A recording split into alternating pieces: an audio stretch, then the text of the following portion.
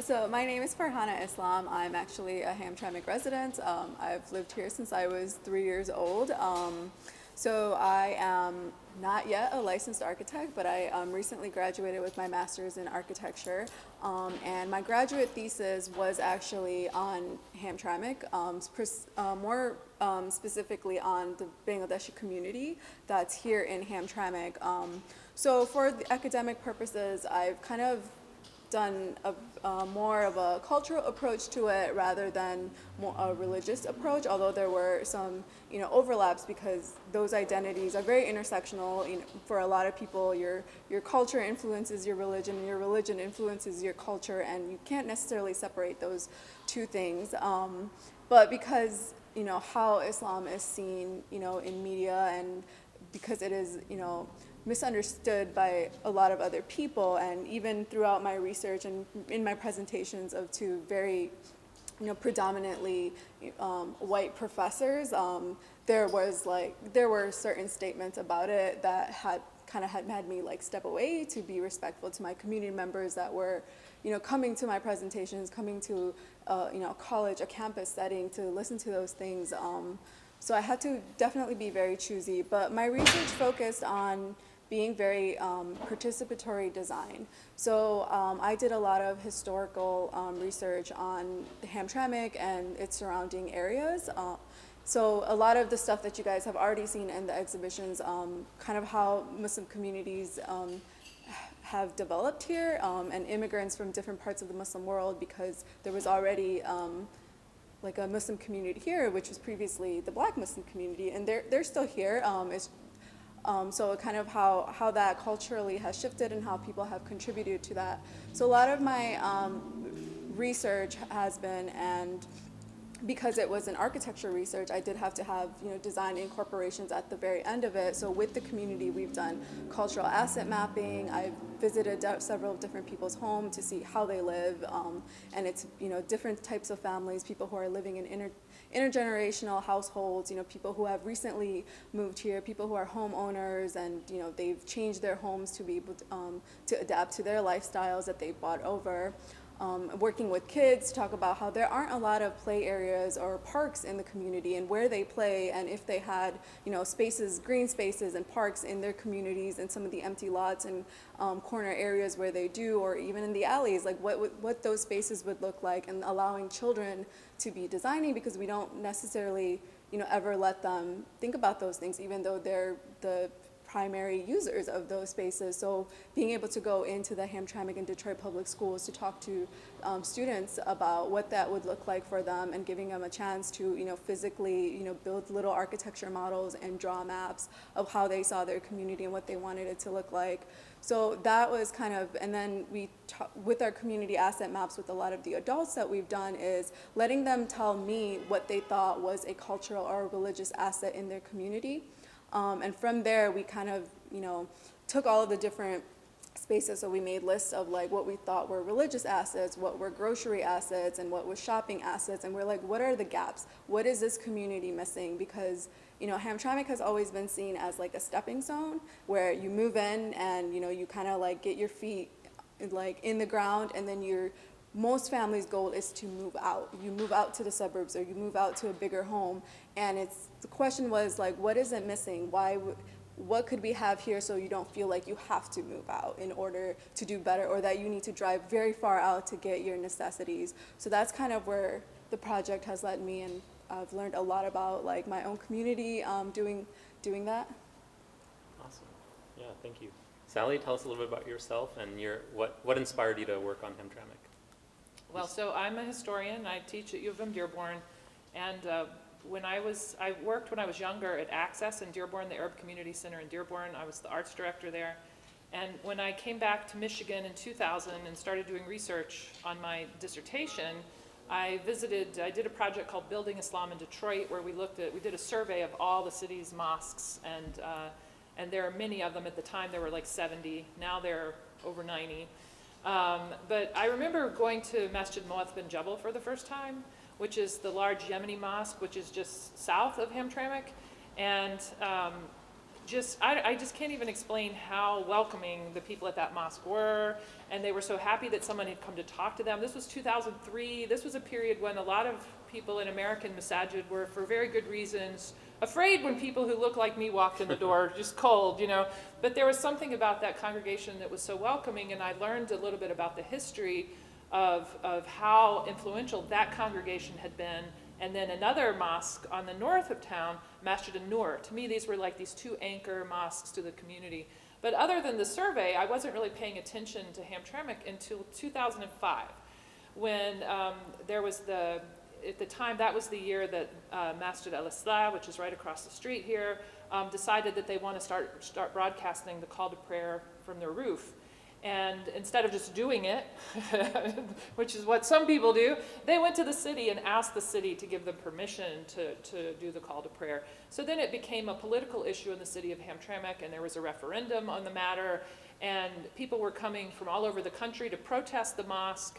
This was 2005. We were involved in the war in Iraq, and people were, basically saying that Hamtramck was giving up the rights that the soldiers overseas were there fighting for. And I'm like, what right? The right to religious freedom? Anyway, so Hamtramck was in the middle of a media storm. And I think this was the first media storm here that focused on the Muslim community. It had had all these other stories about it, but suddenly it was like they were talking about the space as a Muslim space. So that was distinctive. But then in that same period, there was a story. It was in the Detroit Free Press. It said, I think it's in one of the cases there behind you guys. It said, Highland Park schools seek Muslim students. Hamtramck, Detroit, fight to save them. And I was like, what is this narrative? Suddenly, instead of the Muslims being the bad guys, there were people competing for Muslims, competing to get Muslim families moving into their districts. And I thought, this is really new, so I got really curious about this effort. So I started writing quite a bit more about Hamtramck.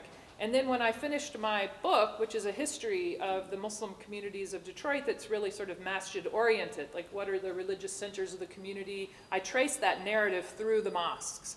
I was just so tired of mosques at that point, and talking about the community as exactly the way you framed it, religion is one part of things, it's not all of things.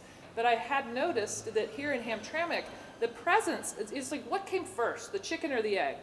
What came first, the mosque or the congregation?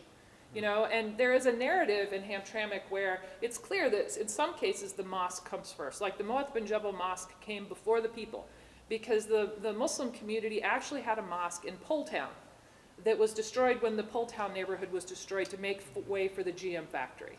And in that buyout, they took the cash and they bought a funeral parlor right on Miller and Dorothy, which is across the street from where their current mosque is. And that buyout was like a lot of money for these guys, and they were able to buy something nicer than they'd ever had before. And then they started buying into that neighborhood, because when the Poles left Poletown, they also left this neighborhood. And this was the period of the crack cocaine epidemic, and the housing values were just plummeting in the area. And these people were buying houses, putting families in them, improving the property, investing in those properties. So you had the mosque, you had the neighbors, then suddenly you had all these businesses, grocery stores, cell phone stores, travel agencies. Those are like the first signs of life for a community. And you saw those happening all over town. So you could sort of trace the Masjid an-Nur. It's clear that the community came first in that case. Most of the families that settled that neighborhood originally were Indian and Pakistani families who were studying at Wayne State University, and they sort of 2 or 3 families bought in the neighborhood over here together. They built a mosque, and then slowly all these things grew out of that. And the Hamtramck that we see today, where there's a majority Muslim community, grew in between. The Bosnians came, they were invited in by the city. The mayor actually invited them intentionally, trying to replace the white people who were leaving with other white people, trying to replace the white Europeans with other white Europeans. And the fact that they were Muslims was sort of incidental to the story. But nonetheless, that helped make that Islamic quality of the city, made it more visible again. So anyway, so now that's what I'm looking at, is this relationship, how do these communities become visible? What are the political consequences of their visibility? What are the social and cultural consequences of their visibility? And I really love the things that you're focusing on, like the vernacular quality of things, the things that happen away from the spotlight, the way people adapt spaces. These are like core questions, and I'm definitely going to have you come talk to my class next year because I'm teaching a class on basements and garages. Okay. So doing the Dearborn thing, but I'm always looking for architects. But yeah, so that's what sort of inspired me to start thinking about Detroit, Hamtramck in particular, but the whole metro area as a halal metropolis, as a space where Muslims feel at home and they feel comfortable, where they don't have to hide their cultural identity, and where other people can engage, where there can be a conversation. Wonderful. Both of you guys talked a lot about visibility, and how does your work enhance that visibility, and what is the hope for your work in the next 10 years? Yeah, so one of the things that I made a point to really do in my research was really going after and like finding women in the community. And the reason I did that was because I was reaching out to a couple other organizations that popped up within the city who are kind of trying to target the Muslim community or the Bangladeshi community. But the reason they were doing it was because they felt like, women weren't out in Hamtramck and there wasn't spaces for them. So they were trying to create these spaces. So, and for us, it was like, just because other people weren't seeing women gathering out on the streets, or they weren't hearing about it on social media or hearing it in any type of media, that they just automatically assumed that those spaces didn't exist for women. That, and it's almost going back to the narrative of like Muslim women are oppressed and they're not able to do anything. So that was one of the things that I talked about, but I mean, that's not to say that there isn't, patriarchy happening in the community, and that was things that internally, as, with other Muslim women in the community that I've talked about, where there were some, and this was, to be fair, it's only for the Bangladeshi Muslim community, where there have been like women here, and my research also spread out to other Bangladeshi Muslim communities around the world, and I've spoken to women, people in Toronto and New York and London, and kind of tracing how they've moved out west. And one of the things I talked to them a lot about was not always having a space in their mosques. Like, there wasn't always space for women in the mosques. Or if there was, it was only a designated part of the mosque, or they were only certain events that they felt like they were able to be a part of, and it wasn't an everyday thing. So that actually led to me speaking to some of organizers that are out in New York and doing more research on, Muslim women in mosques, and finding like Chinese mosques that are all women congregates. And, people were starting to do research like, that's allowed. Like, there is nothing anywhere in the Quran or anyone that said that you can't do that. So then it talked about what would, an all-female mosque look like here.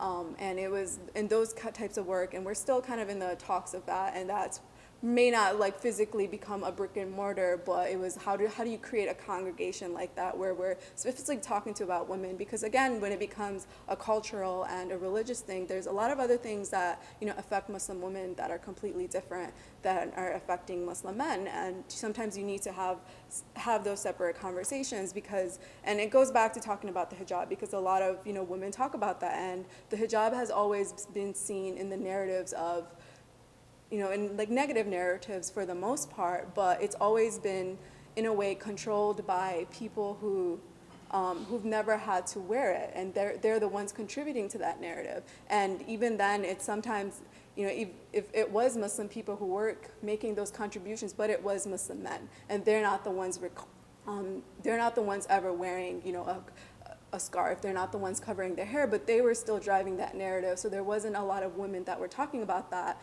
and there just needed to be spaces to talk about Muslim feminism. There needed to be spaces where they could talk about domestic violence that was happening in their homes that are very specific to that, and they didn't want to leave, go to a different space where they didn't feel welcome, where it suddenly became about religion, where again the narrative became, oh, this is strictly a Muslim issue where only Muslim men are doing this, but in general that this is something that happens to all women regardless of religion or race. So that's kind of where I'm hoping that continued research is going to be going, where there's a little bit more focus on, Muslim women and like editing that narrative and bringing that narrative back into, coming from the mouths of actual Muslim women. Wow. I'm, again, really happy to hear that. Yeah, so one of the things I did when I first came to Hamtramck to look at that chicken and egg question is I did a survey of the businesses. Like I tried to go to every single business that had a door. There's some businesses that are upstairs on the second floor, an accounting office or something, but everything that had a door and a sign, I surveyed. And one of the things that, when I started to first write up that material, one of the things that frustrated me was that I had talked to a lot of women entrepreneurs who owned businesses, and I don't think any of them were Bangladeshi or Yemeni. They were all like the remaining Poles who had stores in the business, or some of the other people, African Americans, and yeah, I think it's been really a challenge to work in Hamtramck. Because for me, because I also like to include women in the stories I tell and stuff like that, and they're not a very, I can't say they're not a very visible part of Hamtramck, because whenever the media comes and does a story on Hamtramck, what do they photograph? They photograph a picture of a niqab-wearing woman walking in front of the Polish market. It's like they all have to do that, the niqab in front of the word Polish, But that's what the media is interested in, is the thing that looks the most exotic. And just some little stories. So this is like an anecdote that makes it into one of my stories. Is there's a Syrian grocer, I can't remember the name of his business, but he's here on Kampau, and I was in his store one day, and he's famous. The Bosnians really like his store because he has, so the middle aisle of his store is all fresh produce, vegetables, fruits, all fresh stuff. And the walls of the store are lined with like freezers, so it's all frozen food or canned food. And he gets the specialty products that the Bosnians like, and the Bosnians shop around the perimeter of the store, okay?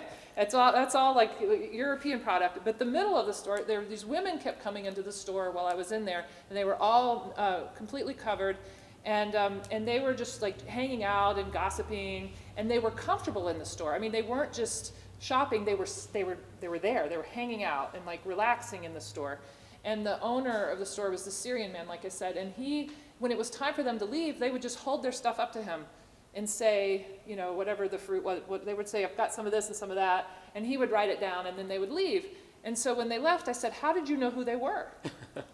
And because I couldn't see their faces, but he knows them. He knew their voices. He knows that these three women are friends. He knows their families, and stuff like that. Anyway, so it just sort of challenges the idea that the hijab makes, the niqab makes women invisible to us, right? But I think that's sort of the intention of the niqab, is to make people invisible. But for the person on the inside, you're still fully alert and aware and in the world.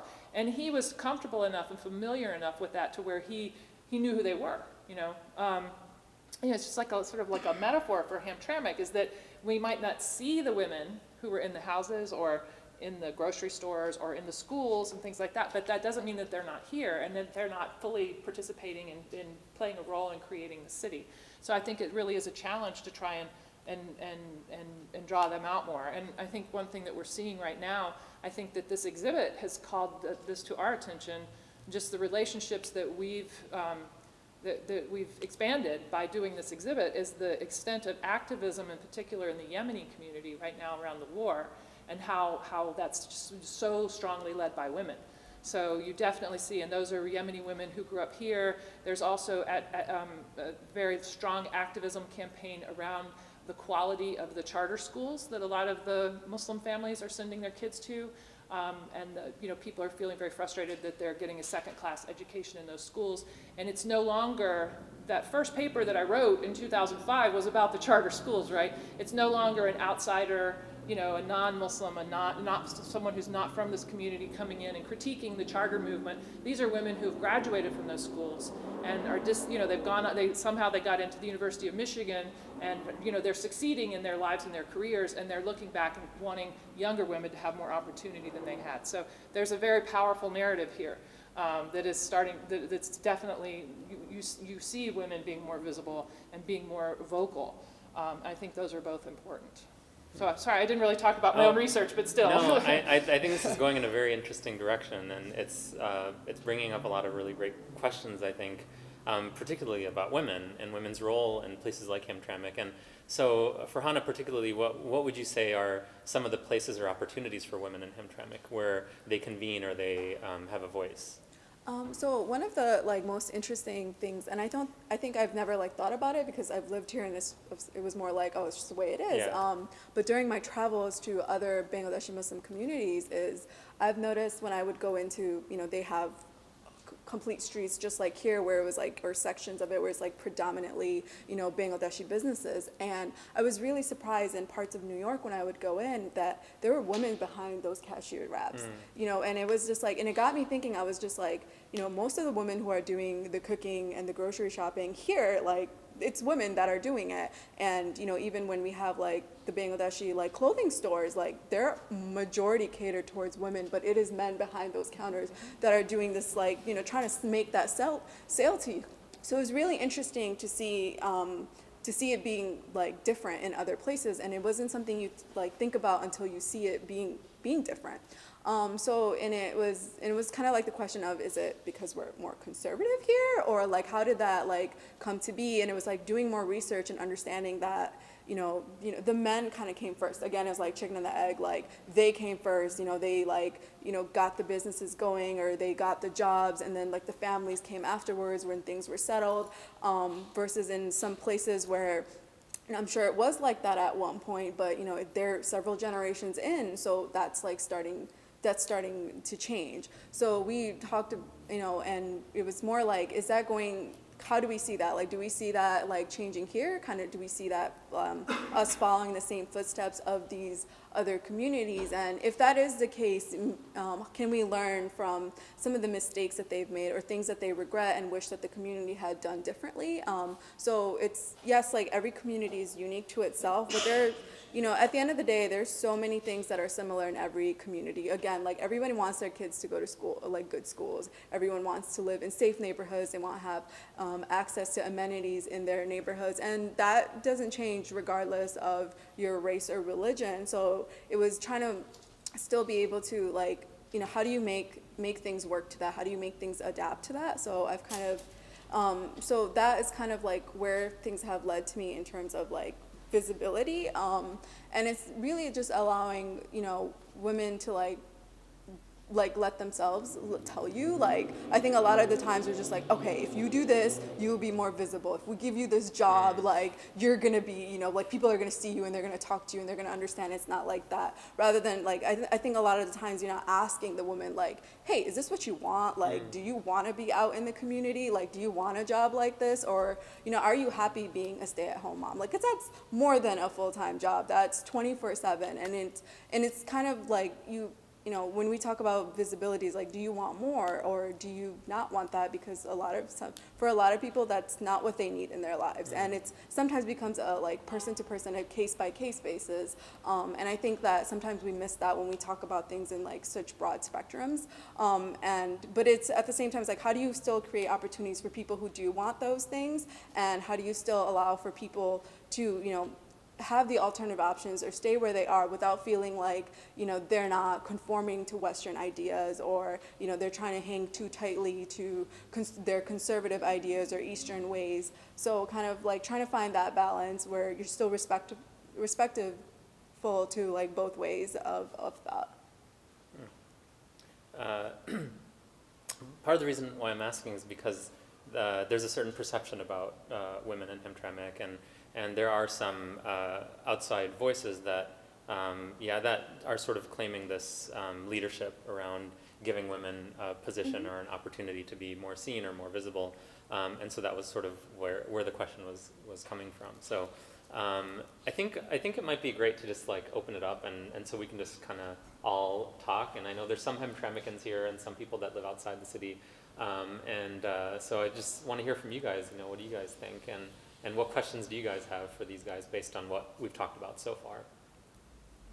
I take it from where we were just talking. Sure. A lot of times when I speak to my mother, who's in her 70s, is in the neighborhood. She doesn't live in Hamtramck, but the neighborhood is very much like Hamtramck, where it used to be all Irish, German Catholics at this point, and now it's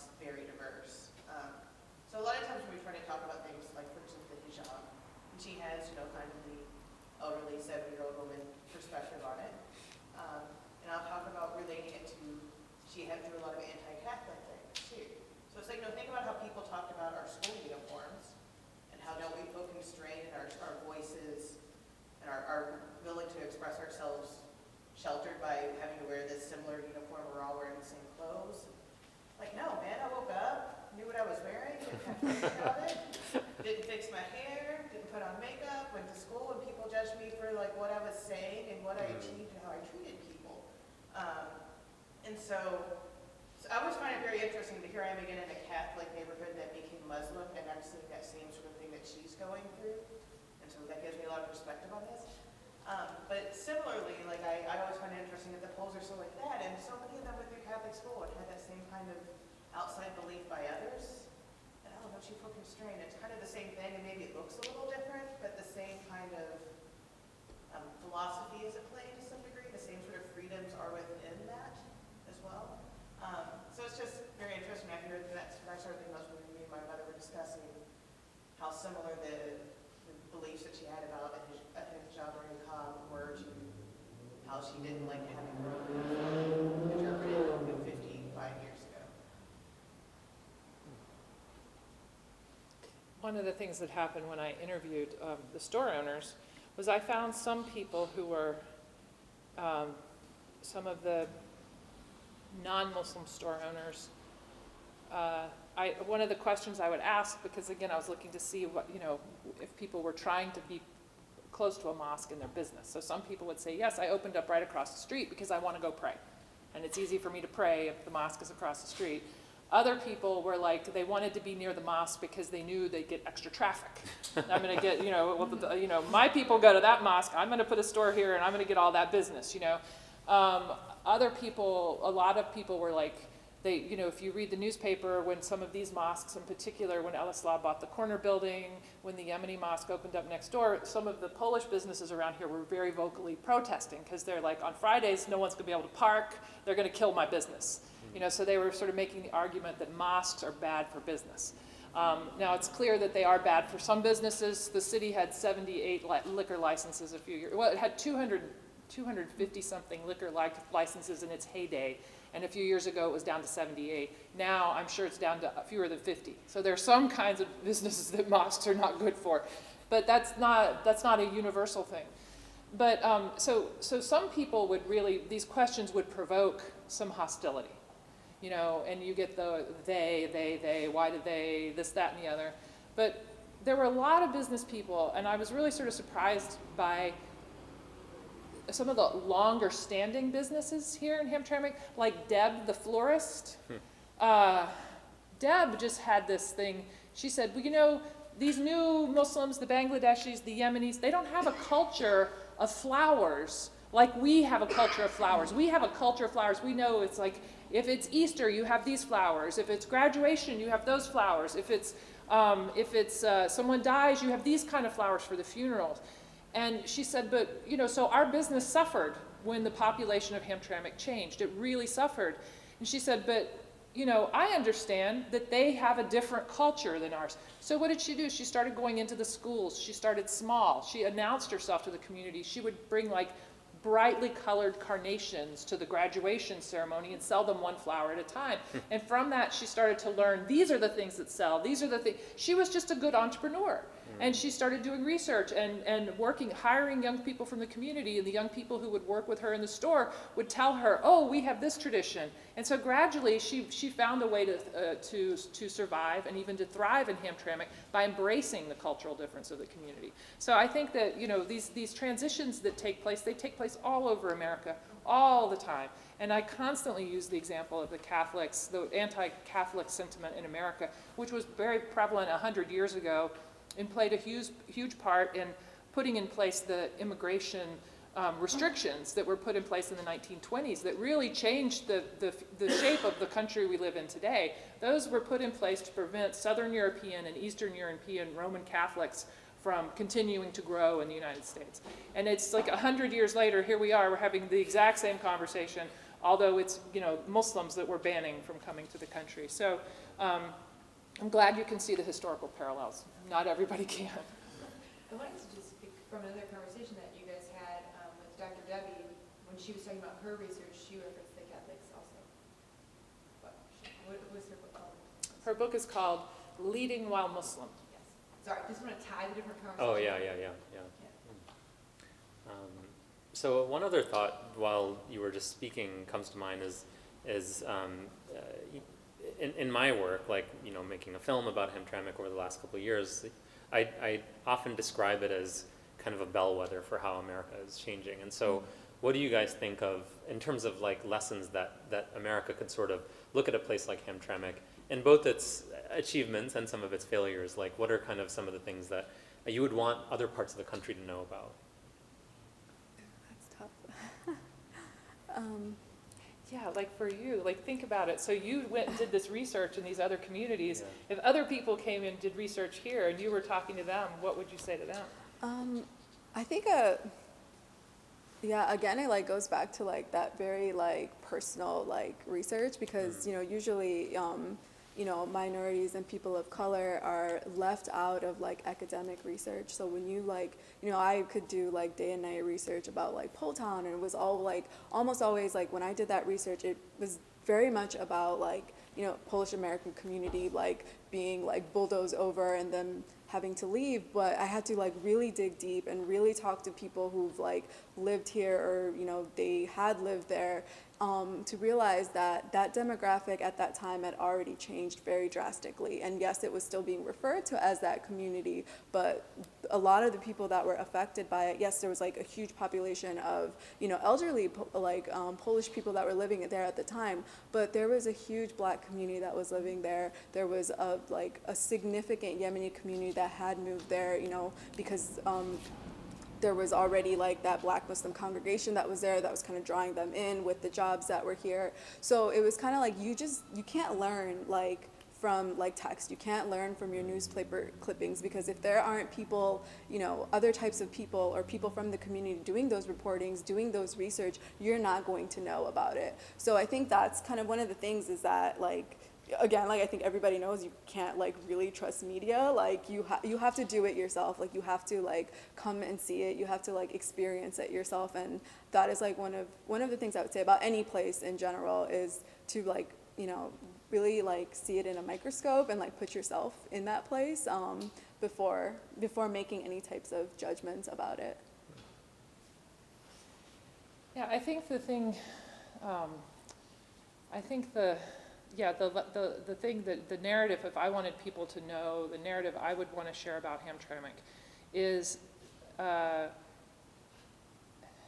extent to which, so a lot of the people the new Muslims who are moving into Hamtramck, a lot of them are also new to the United States. And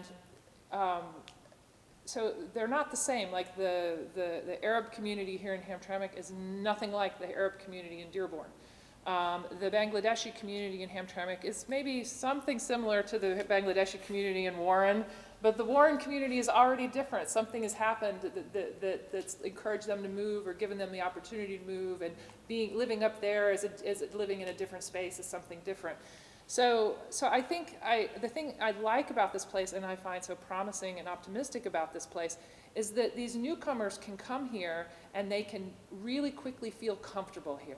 It's like it's a soft landing spot, and it's not the most beautiful place in the world. It's clearly not the wealthiest place in the world, but it's a place of real opportunity for people. So people come, they might not have very many resources, but they work hard. They've built these communities for themselves. They've made this space a comfortable space.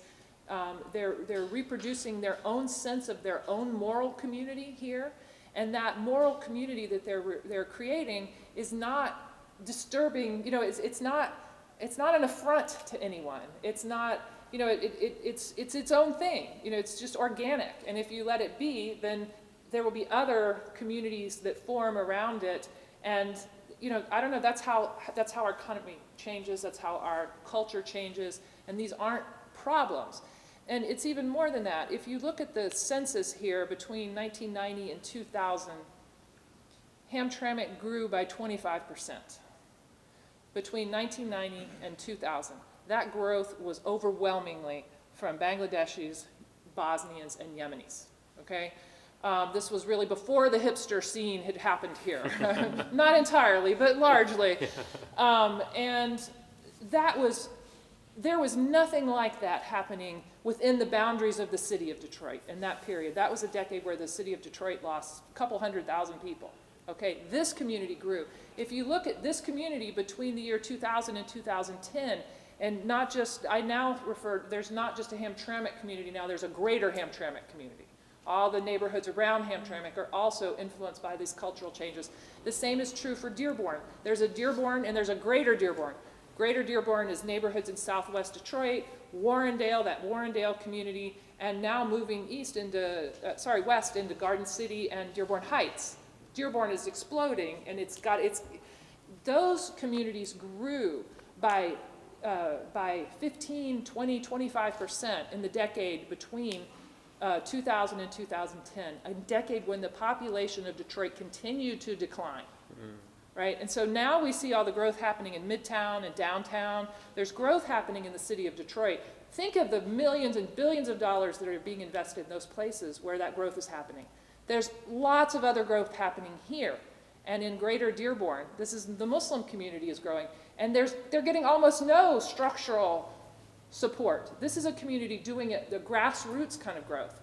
And I think if we look at the future of the city, these are the communities that have staying power. Look at Dearborn today. You know, when I first came to Dearborn in the 1980s, the Arab community was not 10% of the population of the city. Now they're half the city, and that's a city of 100,000. So it's, you know, and now they've got the community has just grown and grown.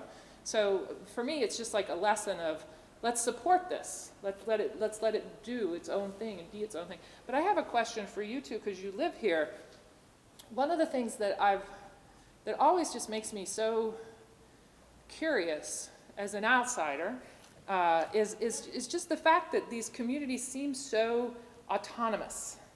They seem so independent of each other. So we talk about Muslim Hamtramck, but there's not a Muslim Hamtramck. There's a Yemeni Hamtramck, there's a Bosnian Hamtramck, there's a Bangladeshi Hamtramck, and an African-American Hamtramck that are all Muslim, that don't necessarily, it seems to me the places where they intersect are at Al-Ikhlas Academy. Maybe they intersect Very multicultural space. Yeah, they intersect at Al-Haramain grocery store maybe. They intersect on the street festival here. But I'm just curious about where you see them intersecting, and maybe thinking about, is that like a strange outsider question? Do they need to intersect? Am I misperceiving things to not really see it very often? No, I think you're correct in the terms of like that it can still be like very divided in that sense, and I think other people pick it up very quickly, and I can see like how that benefits those specific communities to stay within themselves in that way, but I can also see like how it can be negative, and because Bangladesh is part of like the subcontinent of India. So like, the religion of Islam came through colonization, through Arab colonization of that region. So we were, our ancestors were mostly Hindu or Buddhist. So we have a lot of those elements that are still tied within our culture. And I remember being younger and like, very diverse schools like going to, but I've had like Yemeni classmates and friends who would tell us that we were practicing wrong. Like, it would be like, that's not right, you're not supposed to do that, and then it's like, you have to do like more research and, like you talk to your parents about like, are we supposed to be doing this? Like, does it say that? Like, and you begin like questioning those things. So I can see how, and it wasn't that we had like, our generation had done that. It was our parents' generations and the previous generations, they've had already decided to. But that's not to say that, I'm sure that a lot of the Bangladeshi community had moved in here because there was a strong Muslim community presence here already, and that they could go to a mosque, even if it wasn't a mosque that spoke their language, and it limited conversations about being able to understand, that day's sermons and things like that. And it's until you had enough people to be okay, we can do it so they understand we understand what we're talking about, and we can translate it into our language. I mean, I think those type of things have definitely happened, but yeah, but there is still it does, and I think a lot of the reason why it still stays the way it stays separated is, again, because people move out. like, you know, you start climbing like that economic ladder, and then your first thing is like, I got money, I'm gonna go buy like a nice house where my kids aren't like all crammed into one room, and you know, I don't have like extended family like sleeping on the couch. Like we're gonna move out. So I think, and then the more new immigrants start to come in, and you know, like when you don't know English and you don't know like anything around you, you're gonna go to a person who can, you know, like understands your culture, who can understand what you're saying, and I think that's kind of like why it feels like repetitive and it stays that way. But I think when you like move out and you talk to like, you know, first generations who you know, they've like gone to school here, they've, you know, gotten higher education here, or, you know, you talk to, you know, other people that, you know, a couple generations, and you can start to see that how they communicate and like who they're associating with on a day-to-day basis isn't just their own communities there. It's very diverse. So I think that's part of the reason why it looks that way it is. I'm sure there's like other underlying things as well. Yeah, this is like a really big question, and it's something that I think about a lot, and so I'm going to try to like unpack it a little bit. I think one of the arenas in which this type of segregation takes place most is in politics, or in the arena of politics in Hamtramck, and there's still this. I may be getting the phrase wrong, but it's ski for ski. So if your last name ends in SKI, you vote for somebody whose last name ends in SKI. You know, it's just one of the things that in the course of making a documentary about Hamtramck's politics, you know, you pick up on certain things, you know. However, in order for a politician to be shrewd and successful, one has to work with all these different communities. And so taking the example of Karen, for instance, Karen could not have won the mayoral election without working with other communities, the Bangladeshi community, but particularly in the Yemeni community, she had a lot more support, you know, there. And so spending time in these different types of communities, and you see kind of a range of politicians from the different communities, and in terms of how much they're willing to negotiate, work with, and pursue votes in other communities. And I think somebody like Karen, who's a longtime Hamtramck resident, she's also a very seasoned politician as well. You know, she feels very comfortable being in a lot of those different spaces, whereas some of the other candidates from different backgrounds, whether they're Yemeni or Bangladeshi, we didn't see them as much in some of those other non-Bangladeshi or non-Yemeni spaces, you know. So then in that arena, that segregation kind of continues and kind of ceases to continue as well. Another place are schools. I think you were mentioning, like in the schools and universities, there's a lot more intermixing, and those cultural boundaries or barriers don't mean as much. And so a lot of my friends that are like my age or a little bit younger are either in relationships or have friendships with people of all different backgrounds, Polish, Yemeni. I actually one of my neighbors is a Yemeni guy who's married to a Bosnian woman. And that Bosnian woman has two other sisters who are also married to Yemeni guys, and all three of the Yemeni guys are named Abe, or Abraham, you know? And so you see this like, you know, kind of happening in different places. And I remember bringing the Bosnian, so it's like people know each other, people know who each other are. I remember the Bosnian imam, we really wanted to try to reach out to the Bosnian community, so I went there for Jummah, for Friday services, and I tried to get a group of people to come here. We had a few people that came. The imam, the new imam of the mosque, he's quite young. He's like 23, 24 years old. And so he's, you know, he's right around the age of some other, you know, prominent activists and people that are involved in our community. So I brought him in here, and I was showing him around, and he's looking at some of the cases. He's like, oh, I know that person, or I know that person. I went to high school with them, or, you know, I know them, or they live on, you know, on the street. But largely their connection is then lost, you know, and I you know, consider him to be an organizer, a leader of a faith community. And then you have people like Abe, who was in the same sort of cohort in high school at the same time, but they've kind of gotten disconnected. And I think at that point, like, you know, culture kind of takes over, or your life kind of goes in different directions.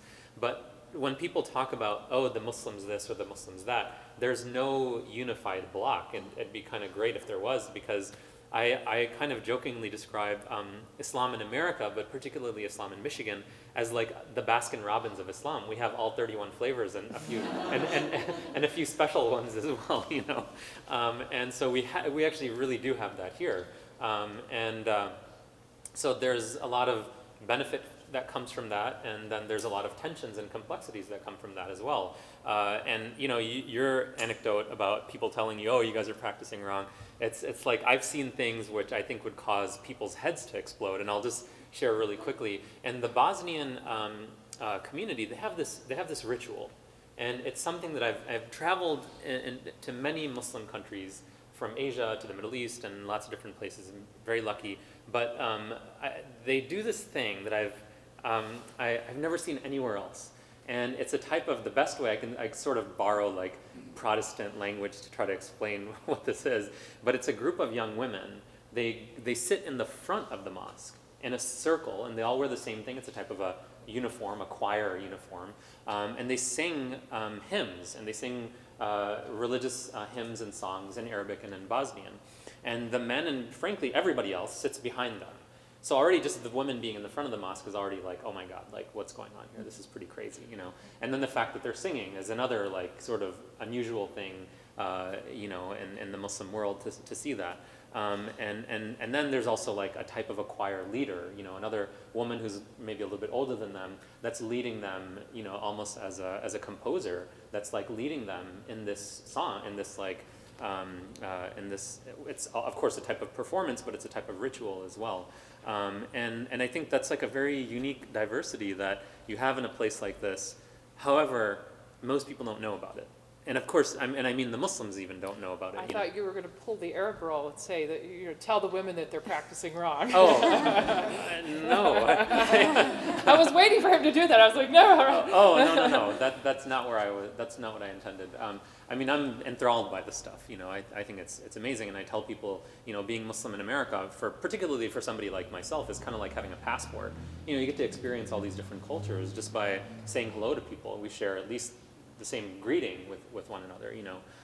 But yeah, it's actually a pretty complicated question, and so I have a bit of a long-winded response to it. So. Well, one thing, Imam Al-Azum, who's at Masjid al-Falah, he's not the founder of that mosque, but he's been there a long time, and you know, from my understanding of talking to some of the people who did found that mosque, it was founded to be the mosque for the second generation, because so many of the immigrant mosques didn't really have a space for children, for children's education, and they didn't have English language programming, and so they started that mosque for English language, you know, to be in English so they could teach the next generation. And the day I was in there, there was like an after-school program, Quran, you know, they were learning to recite the Quran. I don't know what they were learning. They were in another room from me. But anyway, I was just fascinated by how he knew each child. He knew, like, one kid came late, and he told the child to go pee before he entered the mosque, because the kid always interrupts the session by having to pee in the middle. He's like, just go pee now, get it over with, you know. And it was like that kind of detail, you know.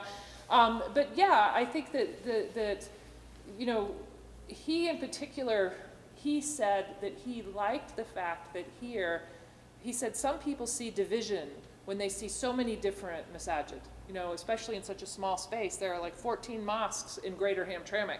And why do you need so many masajid? Some people say there should just be one, we should all be in one big one. But he's like, it's really wonderful that you can go in different mosques and people have their own customs and their own way of celebrating the holidays. Or some of them you'll hear music, and others they'll do the adhan at a different time than everyone else in town. You know, there are these different traditions, and he says that's great that everybody gets to be their own Muslim. You know, their own kind of Muslim. Again, that gets to me, it's just a question again of that the moral completeness of the community, that it gets to be all of these different versions of Islam, instead of having any one group impose their understanding of Islam on everybody else. Yeah. So I have another question. And really I think, turning the tables here. well, I don't know who it's for. It could be for the audience, or it could be for either of you. So in particular, when you were talking about the women's issue, I'm wondering, I understand the economics are driving people into the suburbs. I totally understand that. What people would say to me is, I could have a lawn, you know, I could have a lawn, I could have a basketball court for my kids behind the house. But I will quote Imam Azum one more time, because one thing he said to me, I interviewed him in 2009, and he said, George Bush killed my mosque. And I was like, how did George Bush do that? I thought state surveillance, you know, what did he mean? You know, no, he meant the recession because these Bangladeshi and Yemeni families, most of them pay cash for their houses. And when the recession took place and there was a mortgage crisis and all the houses were being foreclosed on in Warren and Sterling Heights, these Bangladeshis could come in with their cash and they could clean up in the suburbs, and that's exactly what happened. But to go back to, I'm wondering if there is a type of person that is moving, or if, in particular on the gender thing, is there something that's happening? So now, just hearing you talk made me want to actually leave Hamtramck, much as I love Hamtramck, and go do research up there with the families that are like in their the second stage of the journey on the American route.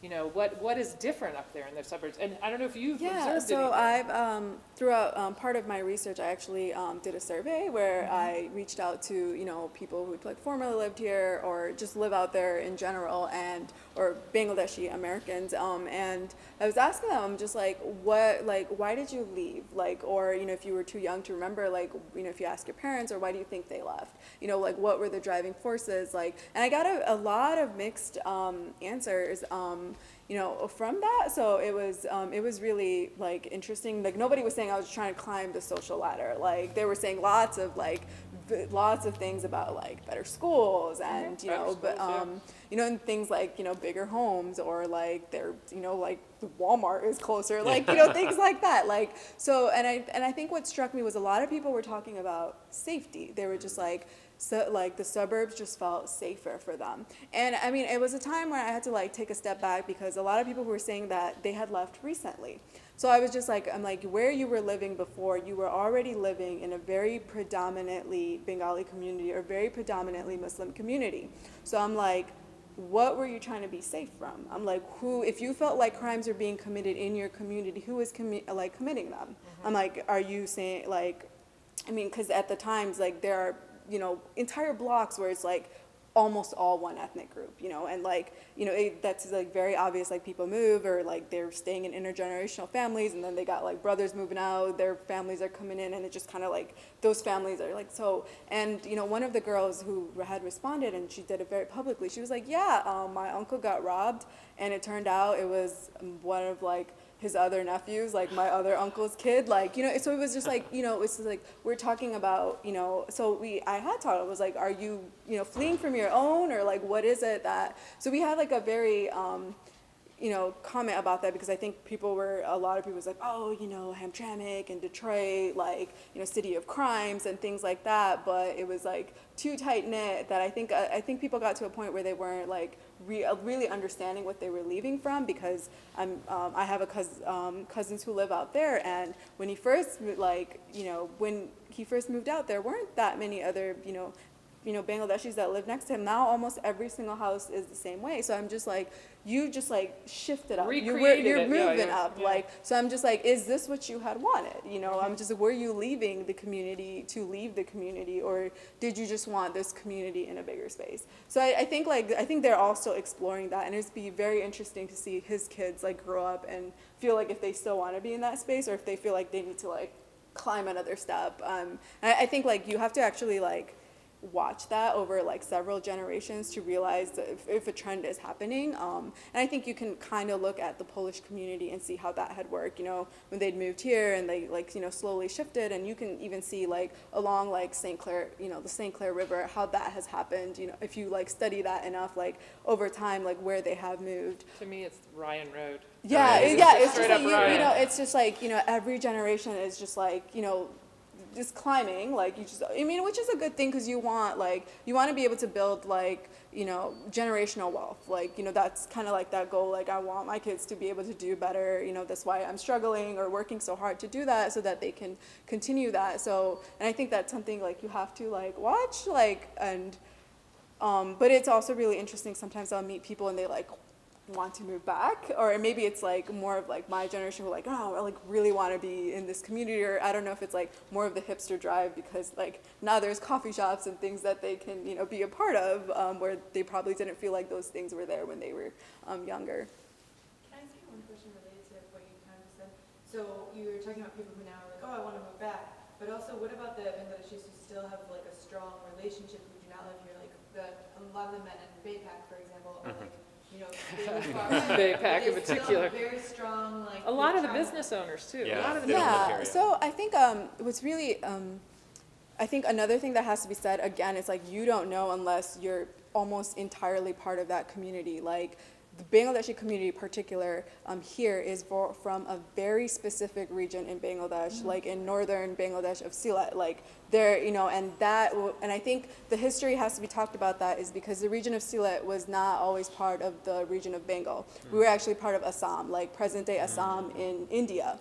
And during partition, after colonization, that community actually voted to become a part of East Pakistan at the time, to become a part of this new Islamic state that they were that the British were creating, because India was going to be the Hindu state and Pakistan was going to be the Muslim state. And it's really interesting because at the time Burma became a country too, and that was going to be the Buddhist state, and that's also when Israel became a state because that was going to be the Jewish state. So they had voted to become a part of this, and it's very obvious why they had voted to do that, because present day Assam today has Muslim concentration camps that it's building. It is telling people who have lived there for generations that they are actually Bengali, and they're like, you don't belong here. Like you're immigrants and you're aliens. You need to move out. So, but we have a completely different language from the rest of the Bengali community.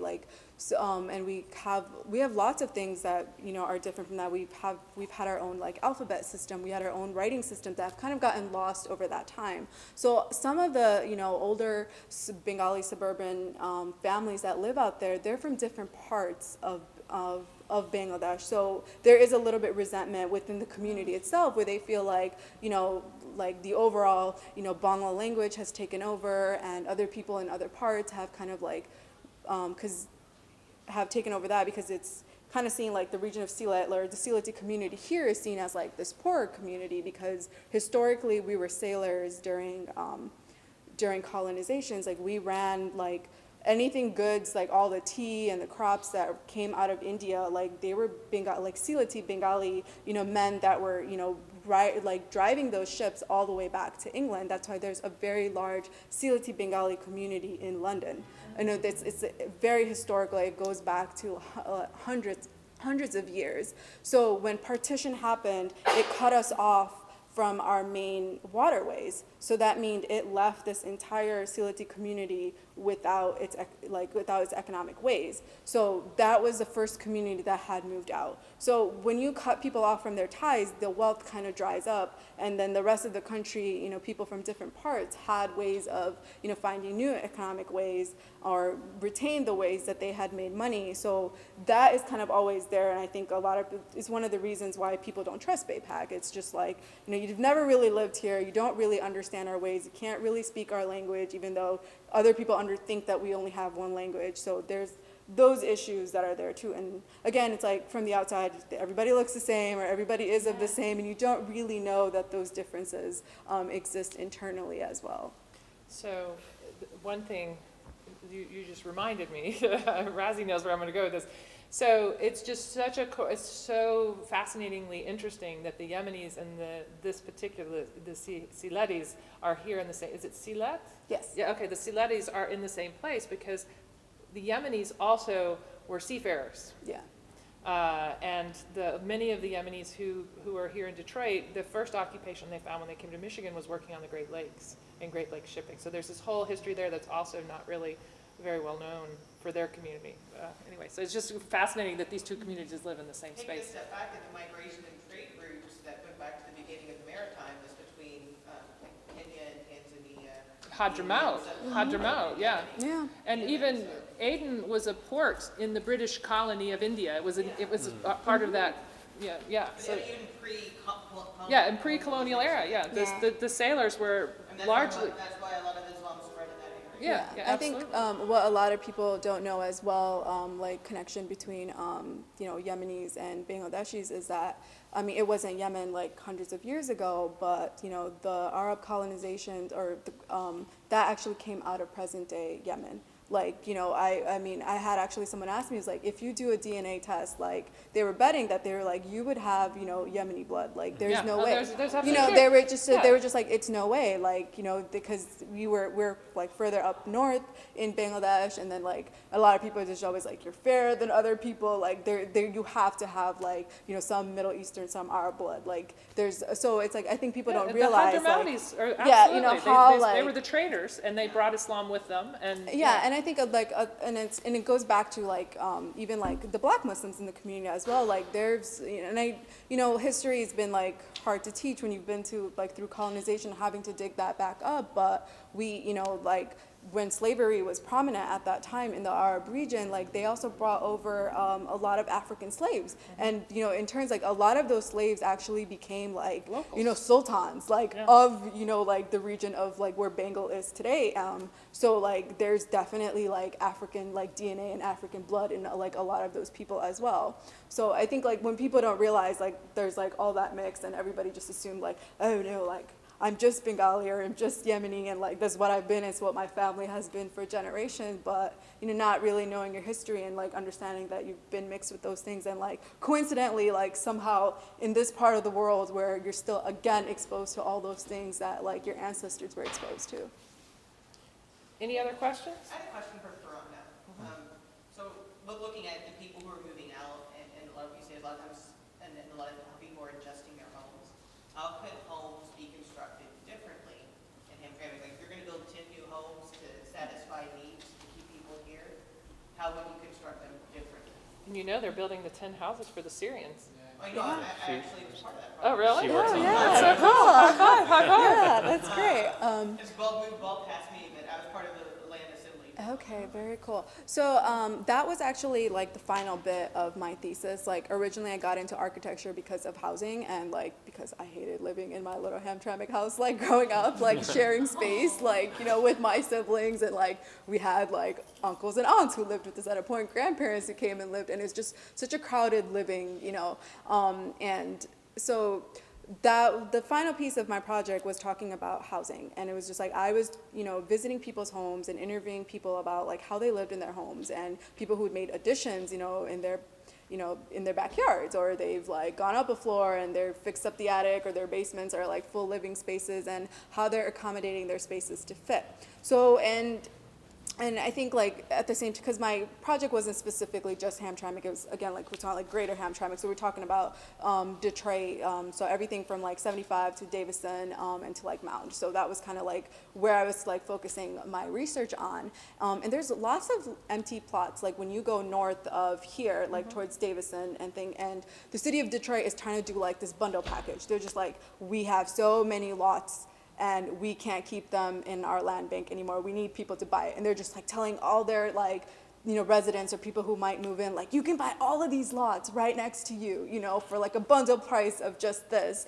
And not really explaining to people like, hey, like what's the cost of like maintaining that? Like what's taxes? And if you wanted to do something different, then, like they're not explaining how zoning works. Like this is what you're gonna have to do something else that you wanna do on it, or we're gonna fine you, and that's how we're gonna make money back from having this like land for ourselves all these years. So my thing was, I was talking about if we had to build new homes, what would that look like? And I started studying how, Bangladesh, like people in Bangladesh have lived historically and how they're living right now. And I'm talking to families about, especially like older generations or people who have just moved. It's like, what did those living conditions look like? And interestingly enough, they lived in very courtyard style homes where it was, and I'm sure this is how it started here too when I researched how like the Polish community had come up. You had like a little house in the back, and then you slowly grew as your family grew. All right, now like I needed another home, and like this more family is going to live, but they were arranging those homes to create these inner courtyards, to create these community spaces where it wasn't like one big front lawn and one big back lawn. It was like you were having these shared spaces. And we started talking about like if we did have shared courtyard spaces, and if we started redrawing how these land plots look like, how could those like spaces there where interactions could happen, how could they be different? And then it was also like, how do you create homes that aren't like one size fits all, because these are all single family homes. How are we creating homes that are intergenerational? And if, when they stop being intergenerational, because, people's kids move out, or, grandparents over time, people pass away, or people are moving out to the suburbs. So it was just like talking about different types of housing, especially talking to young people. It's like, yeah, everybody wants to live in Midtown and downtown, but, why isn't there a move for like those smaller types of housing here? It's like not everybody wants to leave, but they just want spaces that are more accommodating. Like they don't need a 3-bedroom house for themselves if they're just trying to go to school and live 10 minutes away from their families. So part of that project was creating different typologies of homes, and also looking at decor of like how people decorate, like, how they were designed in other places. Like there are lots of bright colors when you go to other parts of the world, but here everyone's kind of kept things the same way. Like you look at like the storefronts, they've just changed, they just changed the signs, but it's like you look at like how those people might have had stores, and the stores that they might have visited when they lived in like their previous countries, they're very different styles, and it's kind of, in a way, it comes down to money. Like you don't have the funding to like upgrade it to look like what you want it to look like. It's again talking about like everywhere else has all this money that's pouring into it, but we're not getting it. So it was like a lot about that, and kind of like that, at the end of the day, like Hamtramck houses are just not working for families, because they are putting in a lot of money towards them to fix them or change them to be, and in a way you kind of know, because these houses like originally were created for factory workers. They were actually created for bachelors, like they weren't even with families in mind all the time. They were, and there is someone had asked me, they were like, why are the bathrooms in Hamtramck homes like near the kitchen? In the kitchen, yeah. And I was telling them, I was like, well, when they were created, there wasn't plumbing, like you had outhouses. So when you got kitchen plumbing, and then you could afford to have like in-house plumbing, you attached it to the cheapest possible space that you could at the back of the house next to the kitchen. So it's things like that, and it's like that doesn't work. Like, most people want, like in the suburbs, like you want your bathroom next to your bedroom, like you want to get out of bed and go there and not walk halfway through the house to get to it, So it was things like, talking about things like that with people, and I think a lot, so the housing would like have to like change. Not that I'm saying that we need to demolish like all of these houses here. Like some of these houses are old, and if it was any other space in the city, there would be a historic designation for it. But like luckily for us, I don't think anyone would be able to afford to upkeep with something like that. I have talked to people about like considering it like a heritage site to bring up like some of the property values, because it's really hard for people to, like when you're an immigrant community, and if you were like, oh, my like front porch, like, the steps are like looking raggedy, or someone's gonna, it's a hazardous, like they don't know that they have to go through the city and get a permit to fix something that's dangerous to them, and then they're like halfway fix it, and then they're getting a ticket for it, and they're like, well, I'm not fixing it, I don't know how to do the paperwork for it. So there's a lot of little things, like how do we fix our existing homes to continue to make them more accommodating, because we could talk about building lots of new homes, it's just not going to happen overnight. But if we were to like take advantage of that, like, is it going to look like the rest of the houses here, or are we going to do it differently so that it can be a little bit more adaptable than what the current housing stock is like? Yeah, well, obviously I'm not an architect, but the one thing that fascinates me about the Hamtramck homes is how the Polish families were very large families. They had very large numbers of children too. And you'll go in a lot of these homes, and the basement is not finished, and the attic is not finished. And I'm like, how could you have had a family with 9 children in this house, and they never had the money to, probably, but they never finished the attic, It's like the first thing the new people who are moving into town do, the hipsters, is they finish the attic so they can rent it out, or so they can put their art studio up there, or whatever, So I'm just like sort of fascinated by what life must have been like in these houses in the 40s and 50s. And that's in sort of Hamtramck's heyday. I can't imagine. Yeah, I do think it's a problem. And in Dearborn, what we see, because a lot of Arabs live in similar housing to this housing, very small houses. Duplexes, yeah. Yeah, duplexes, or just single-family homes, but the rooms are all small. The house is really divided up into lots of small spaces. And so one of the first things that the Arabs do in Dearborn is they renovate their basement. And they take out all the walls in their basement and make it a big room so that the whole family can be together. When you have guests come, there's a place that's big and that can accommodate all the guests. And then the next thing you do is maybe you make your garage a more comfortable living space. So when that basement is filled with your mom's friends or your sister's friends, then the shabab can go, the young men can go hang out in another space and be separate from the girls, you know.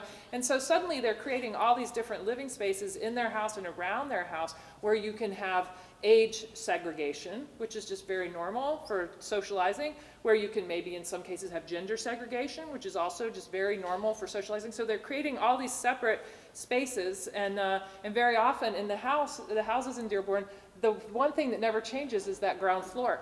So the ground floor of the house still has a little living room, a little kitchen, a little dining room, and there's very nice furniture in it, and it's covered in plastic, and it's never used. It's just, you know, so, but it's just interesting.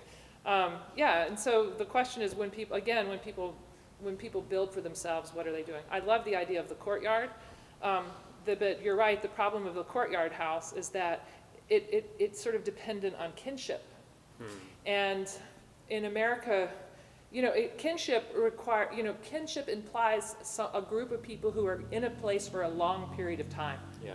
And the problem is that we're so mobile, and mobility is so built into our economy and even into our housing that for a kinship to commit. You see some Palestinian families in Ann Arbor that have created like houses around a courtyard. There's one famous example in particular where they have 4 houses. It's very much like Jordan. These are Palestinians who came from Jordan. And you see these houses on the outskirts of Amman, like between the airport and Amman, you see like 4 houses, and they're square houses, and they have a wall around them. And these houses in Ann Arbor, they're like 2-story houses. They've got big living rooms. They're very big and accommodating. But the basement of the 4 houses is one basement. Whoa. They're all connected. So that like in between, upstairs on the ground level, it's like that's where you park your cars. There's room for a car. But underneath, there are these basements where they could open up and they can have a wedding in their own house. Oh my God. You know, they can seat a couple hundred people in the basement. You know, that to me is like a really creative thing. But once the kids started growing up and the kids started moving out, now that's a white elephant. You know, the next generation doesn't want to live there, and you can't sell it. You know. Yeah.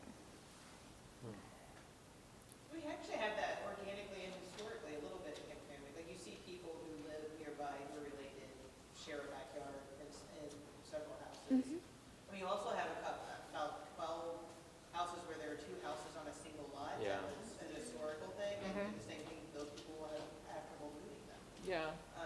So we have a couple of those as well, so it's interesting to think about. I'm also thinking like accessory dwellings that could allow people to build above their garage could somewhat generate some of that and also give that ability to kind of space out, like some teenagers or women over in the garage to go hang out. Well, it's interesting because the code here is actually, like, you can build 3 stories up by Right, right. build above your garage. Yeah, oh yeah, but anyway, you guys should go to Home Street if you want to look at like almost a courtyard. There are many Oh, almost wow. courtyard houses on that street. One of the most interesting things that I notice, and I love photographing them, are the trellises in people's backyards. Yeah. And the other day, I noticed actually somebody was growing squash on their garage, like on top of their garage, like roof, you know. And so I think so much of this is like every like nook and cranny of each of these homes is just being utilized. And many people on my street that have not only their basements finished, but their attics are finished as well. And sometimes they have tenants, sometimes they have boarders, sometimes they have relatives that live in these places, and it's a varying degree of comfort, you know. But people are there. I mean, I was laughing when you said that these homes were designed for bachelors, because that's like my life right now, and it's very it's very comfortable, you know. But yeah, I mean, when I think about it, yeah, it's like, you know, if there were like multiple people living in my apartment, like, yeah, it'd get a little crowded, you know, and then awkward because, yeah, the bathrooms are in the kitchen and there's kind of a long walk that you have to do to get back and forth. But the purposes have changed and the families have changed and like so much has changed, you know, around that. So it's very different now. Yeah. Justin, yeah. Mrs. Lem, I want to kind of jump back to something you were talking about a little ways back, when you were talking about the conservatism of the community. It seems like the urban areas in Bangladesh are much more cosmopolitan, open, and looking to be, for other words, progressive and liberal, whereas here, the ideal seems different. I'm wondering if you have any theories or ideas, and I'm sorry, I'm not trying to exclude you, I'm sure you have input on this too, but I'm wondering if you have any ideas on why this particular community here is more conservative and conservative oriented, and if there's a point in which that changes. Yeah, I think I've already like see the changes, and I think I'm like part of that change, because I'm sure there's like lots of Muslims like who don't agree with like my way of like, you know, worshiping, but one of the reasons is that I think most urban spaces anywhere, like they just tend to be more liberal in general.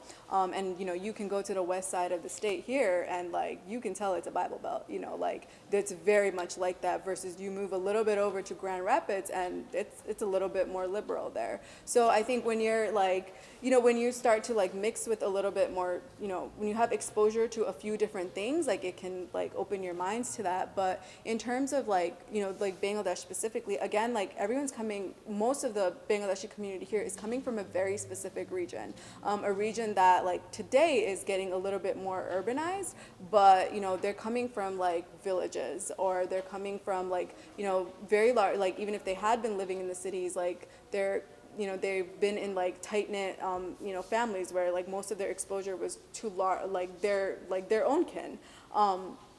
So I think that is like part of the reason why it stayed. And I also think like another reason is that, you know, everybody wants to like go to Western countries and go to America, like to have those opportunities, but at the same time, like assimilation, like nobody really wants to assimilate, you know.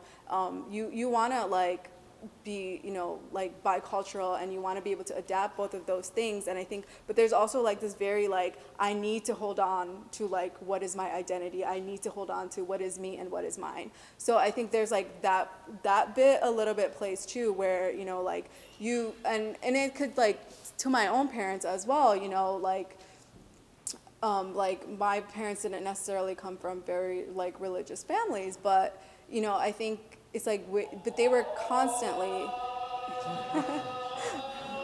Could you get it? It's okay, don't worry. It's okay. It's time. We can break our fast now. I think, you know, when you don't have, like my parents, they grew up around like almost completely Muslim people around them. Like they understood what it was, like even without having to fully like, you know, have it like drilled into them every single, like, you know, like have someone standing over their shoulders and telling them about it, because that's what they were exposed to. So I think when you like move out of that and you're just like, oh, how are my kids gonna know about this? Like I have to like, you know, like curate that a little bit more for them. And I think that's like part of the reason why it tends to be a little bit more conservative. But I also see like the downside of, you know, of that. Like there's definitely a downside to that. With my parents living, like growing up around predominantly like Muslim people, is that they didn't get exposure to other religions. And I think like I've personally found that to be like, you know, to be like in a negative way. Like that's great that you can have that comfort, but you know, Islam for me hasn't been just its own religion. It's part of the Abrahamic religions. Like there's a lineage. So when you're not exposed to, you know,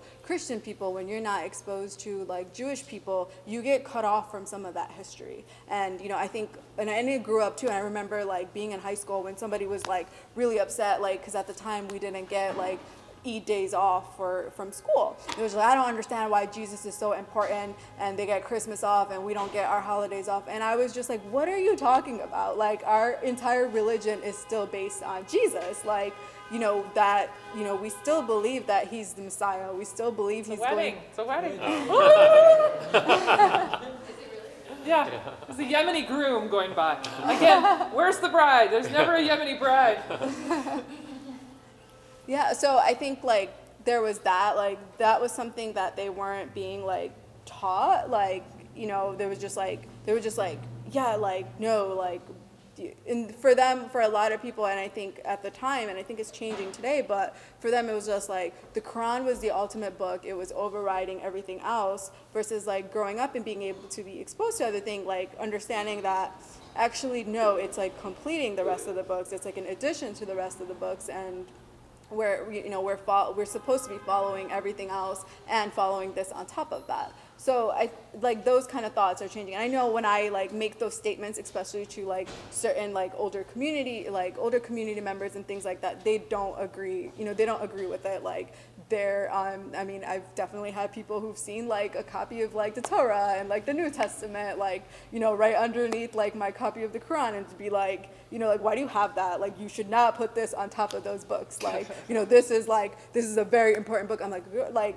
and not realizing that like those books, are part of this book. And I'm just like, how do I understand what it says in this book when it's specifically this book is making a reference to the gospel? Yeah. I'm like, where are you getting those stories from? Like, people would, like, even my own dad would tell me stories about Jesus, and I'm just like, okay, let me flip. Where does it say this story, Dad? Like, you got this story from somewhere else. Like, somebody taught you this story. I know you've never read the Bible before, but, so it was like, for me to be able to be like, I need to read that. Like, so there was like that disconnection that happens in the conservative, like, being that, I mean, I don't know if conservatives are right word, like Muslim conservatives may be a little bit different from.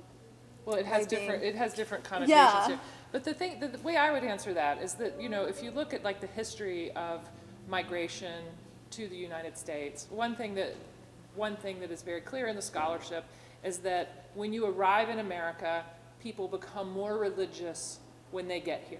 Because when you were in Poland, you didn't need to produce Polish Catholicism for your family. You lived in Polish Catholicism. When you came from Norway, you didn't have to produce, Protestantism. Everyone was Protestant. So when you came here, that was something that you had to explicitly reproduce. So you had to think about how to do that. And a lot of people in that first generation, they just get, people who were completely secular back home come here and they start worshiping because that's the part of their culture that they want to hold on to. And in America, part of this is structural and institutional, especially in the past. Even if you look around here in Hamtramck, I mean, the one institution that we've mentioned other than a mosque that is an ethnic institution is BAPAC, right? Here, the people were allowed to, because we have religious freedom here, in the early 20th century, in the late 19th century, people were encouraged to have houses of worship. That would be the one place where you could go and speak German. The one place where you could go and speak Danish and people wouldn't be bothered by it, wouldn't be offended by it. That was their house of worship. It was the one place where you were really left alone to be yourself, to do your own thing, right? So then those institutions become the really strong, vibrant, vital institutions. They're the first institutions people build. And so that becomes, so if you're going to be a part of your community, then by virtue of the fact that the community meets at the church or the temple or the mosque, then you have to start worshiping, right? And then, there's like this very, very conservative pull to the migration experience, especially when people move, not as college students just going to college, but if they move to be with other people of their own ethnicity, that's the first thing they're going to reproduce. And I mean, that history, it's not just Hamtramck, it's not just the Bengalis, it's not just the Yemenis, But then you could also say that the people who come to Hamtramck, perhaps, like I think if you look at the Yemeni community here, it seems more conservative than the Yemeni community in Dearborn. Way more conservative than the Yemeni community in Melvindale, So I think that within the Yemeni migration, there are people who, if they want this, they might be picking Hamtramck over some other place. And a lot of that could be the year you arrive, like this is just the really newcomers, or it could be that this is the poorer people, because Dearborn's a little bit more expensive, or, I mean, there are a lot of factors going into those decisions. I don't know what they all are, but I think a lot of it is really just the newness. And also, I think if you talk to the people at Moaf Ben Jebel who built that first mosque here, what was going on in Detroit in the 1980s? What was the big epidemic? Crack cocaine, yeah. And they talk about, the guys who founded that mosque talked about the craziness of the city in that period, the violence. Their cars would get stolen from the parking lot of the mosque every night. It was they just couldn't keep a car. They paid $1,000 for their house, but the tax was they couldn't have a car and a house because they couldn't. They describe, like when they talk about how bad things were, they talk about one morning they woke up and there was a naked woman's body hanging in a tree. She died and somebody threw her out the window and she was hanging in a tree. Yikes. I mean, that was how bad that's how serious the violence was.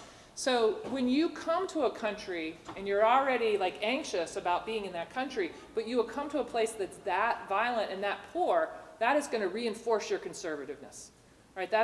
You're going to build up a wall between you and the people, the people who you see projecting that sort of threat to you. And I think to me, that's part of why, the Yemeni community here has something of a sort of fortress mentality. I would say, like, to add on to that, I think, like, living in a very, like, predominantly Muslim community, we've been very sheltered from, like, Islamophobia. Like, so when I've met other people as I've, started to leave the city,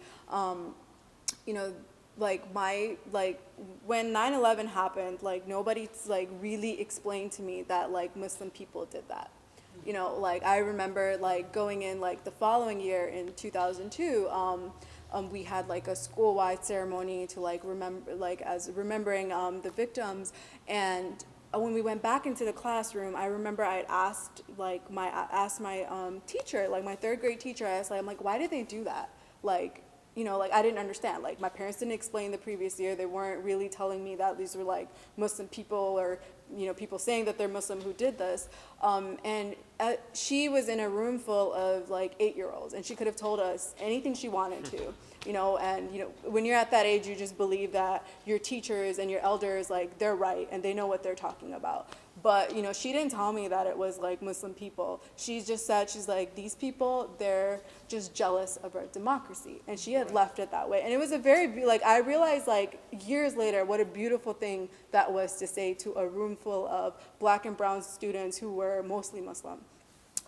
It was beautiful, but it was also, maybe it's also wrong. Right, yeah, it is like, Doesn't really sit right, but. right, I think like when you do realize what happened, like, she could have said like, yeah, it was like, like Muslim terrorists who did this, but she didn't do that. Like, it's like, how do you explain to like 8-9-year-olds like what that is? So when I did start meeting other people, and they would tell, and they lived in areas that didn't have like a strong Muslim communities, their parents were encouraging them to seem less Muslim as possible. I mean, there were, like, meeting women who wanted to wear the hijab, but their parents would be like, don't do that. Like, if you're gonna go on the subway, like, we don't want someone attacking you, or like telling their sons not to keep their beards, or like, their dads were like shaving their beards, or like no longer like publicly praying like at work, for a lot of those things. And I don't think we had that. So I think because there were so many, and people felt like, oh, like we have so many other people like us, and we can continue this, and we can be stronger about this, and not feel afraid. I think that's kind of like pushed for that little bit more of like conservativeness too, where I could definitely see like some of these families living under, in different places under different circumstances, and not being conservative at all, even if they wanted to. See, that's a great answer. I mean, I just love that answer. And I also think it's really interesting because, again, from my outsider perspective, if you look at, I mean, Alyssa can tell you this because she's hanging out in this space right across the street from Masjid al-Islah. I don't think there's another community in the country that has been such a magnet. So Dearborn and Hamtramck are the two places where Islamophobes come when they want to protest Muslims. Yeah. And so it's just ironic that you felt like you were in this community where you weren't experiencing Islamophobia, but one of the things that made Hamtramck's Muslims visible was not just the Muslims, it was the Muslim haters who were always here. So to me, that's like the most optimistic and positive answer. And I actually think, unless there are more questions for the audience. Can I say that one thing about this is very interesting, because I'm like a good white liberal who's here, right? Yeah. It's a joking thing, but so when 3 people came to protest them to Al-Islah right across the street, they're like yelling, they're talking about this. The only people who noticed them, because it wasn't during call to prayer, was me. And then we called complete, like there have been other situations where there's been a lot more protesters, but no one was worried about it and no one saw it. So it's also, anyway. Okay, well that's, okay. There are 2 different things. No, but I'm just saying like it adds to sometimes this stuff doesn't, even though you have people coming here protesting, sometimes it's still fine. Like it's sometimes. No, it is. Of course, it's still fine. And this is like the lesson. Nobody like sees it. The Islamic Center of America, which is, for those of you who don't know, is the big, large mosque on Joy Road. It is like Islamophobia central, right? Terry Jones comes there to burn the Quran. They work so hard to just, when the Islamophobes come and want to do a, it's like everybody's got to do their selfie in front of the mosque, that it's like they're there just to do the selfie. Here I am holding up my sign, or here I am holding up my machine gun in front of the mosque. Yeah. One of their main goals is to just keep this stuff out of the media. Because it's like if an Islamophobe does something and nobody sees it, did it happen? And I think that's what it's like here in Hamtramck. The Muslims are just going to walk right by and not pay any attention because you don't give them any attention. And I think they struggle with that a little bit more in Dearborn, just because I think the temperature is higher. The Islamophobes are louder there. They carry the heads of pigs around on sticks, and stuff like that. So. And I think, and I wasn't trying to contradict you, I'm just going to add to. No, I agree. But so, any other questions? I do have a quick one. I'm new to Michigan. Welcome. What is it that started kind of like the snowball effect in the city of Hamtramck for the Muslim community? I mean, Theory. no, I mean, it was the two, I don't know, were you here at the beginning of the talk? No, I came like. So we covered that already. I mean, there was one mosque that, when Pole Town was destroyed, there was a mosque in Pole Town. And the city bought out that property, and the community had money to spend, and they liked being in this area, so they bought a Polish funeral parlor. And from there, their community grew. And then there was also a South Asian community of people who had studied at Wayne State mostly, who, they had 5 or 6 families. They bought a derelict gas station near them. Everybody had a key to the gas station. They could all pray there. And then as more people started coming to the area, they moved there. So that eventually grew into Masjid an-Nur. Here you have Mu'ath bin Jabal, here you have Masjid an-Nur, and they just both became magnets. And I should also mention there's the migration patterns are really interesting. So people are coming here from Bangladesh and Yemen and from other places from overseas, but they're also moving to Hamtramck from other places in the United States. So there's this really fascinating connection between Queens and Hamtramck, particularly Astoria and Jackson Heights. And so some of the things that have brought people here are the ability to just buy property and have a home here. Marriage and relationships have brought people here. And of course, chain migration as well. So these things may have been flashpoints or what initiated a lot of this migration, but then chain migration and other types of economic migration are what really proliferated the growth of the community in this area. Yeah, and I think we've mentioned it briefly before too, but and this is based again on theory, is that there was already historically a Muslim community here, but at the time it was the Black Muslim community. Those worship spaces existed not that it's any bragging rights, but Nation of Islam is really usually associated with Chicago, but it actually birthed out of here in Black Bottom after the it's kind of lost history because they built the I-75 over it, but that's where the first mosque was, and it wasn't a real mosque. It was where people gathered and they prayed, and then in the late 70s, early 80s, millions of Black Americans converted from the Nation of Islam to mainstream Islam. So the old temple, the temples 1 and 2, they were converted to be traditional mainstream mosques. So I mean, they still exist, and they're still a heavy Black Muslim community here. I've gone to school with them. I've met people who've from slavery days, their families have always been Muslim, and they've talked met their grandparents who've talked about, we had parents who hid in the fields and practiced Islam, even though they had to tell their slave masters that we're totally Christian. I've met people who've parents whose families came through Islam because of the nation. Their dads and their grandfathers were part of fruit of Islam, and they mass converted with everybody else when that kind of fell through. So that there's that too, and I think, and it's it's a little problematic when a lot of people see Islam and Muslims as a very new thing to American history. It's not. It has always been here. It's been here since slavery. It's not they chose we only want Christian slaves. No, they were going to take whoever they got. And so I think that that's a big part of like that kind of gets missed when we do talk about like Muslims in America, is like these Black Americans who didn't have access to Quran, or didn't really know like when the exact times for prayers were, or when it was the Arabic calendar of Ramadan, but we're still trying to like hold on to those things and keep passing it on through generations. And I just have to put a plug in here.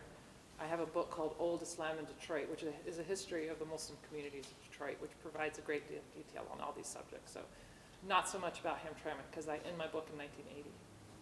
What is it called again? Old Islam in Detroit, Rediscovering the Muslim American Past.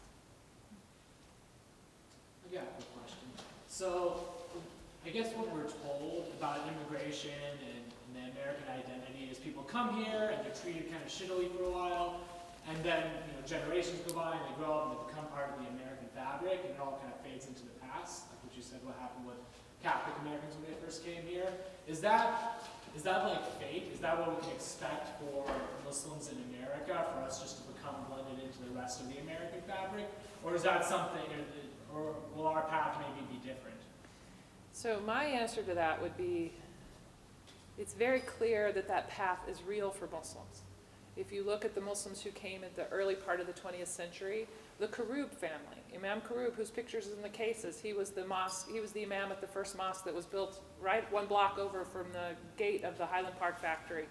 If you look at Imam Karub's grandchildren and great-grandchildren, he has Buddhist grandchildren and great-grandchildren. He has Jewish grandchildren and great-grandchildren. He has Jeff Karub, a reporter from the AP who writes from Dearborn, Christian. He also has Muslim grandchildren and great-grandchildren who start mosques and found mosques in their grandfather's name. Right? So all of those futures are possible for the Muslim community. All of those futures have already been realized in America. But the thing that is different about today from the past is, first off, so it might change if we really do have a Muslim ban. If the Muslim ban becomes bigger, if the Muslim ban is institutionalized and is continued beyond this administration for the next 40 years.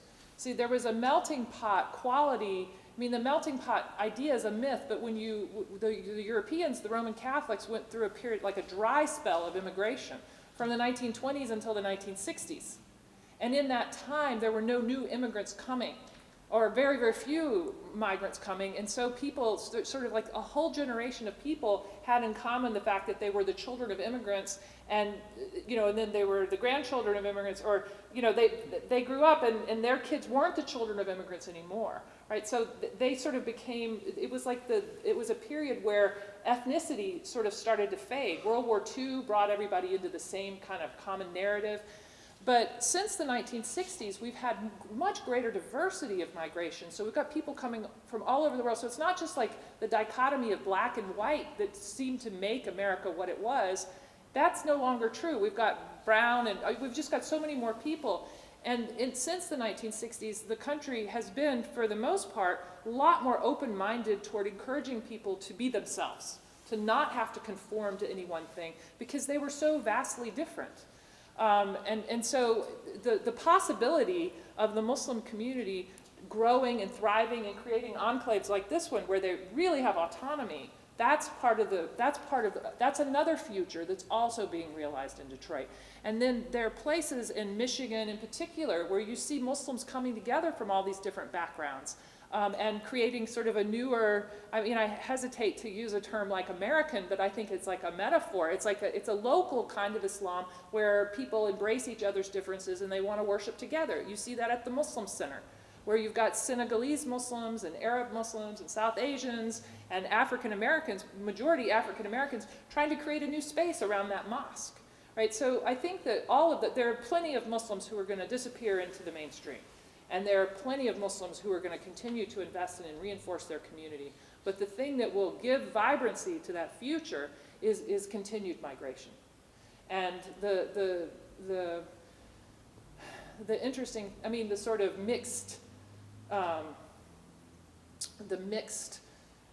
reality of that is that as long as there's just constant war that we're imposing on Muslim parts of the world, right? As long as we treat Muslim territories as places where we can test our weapons and test our military and exploit for oil or whatever else, then there are going to continually be Muslims coming, because that's where we're really messing around.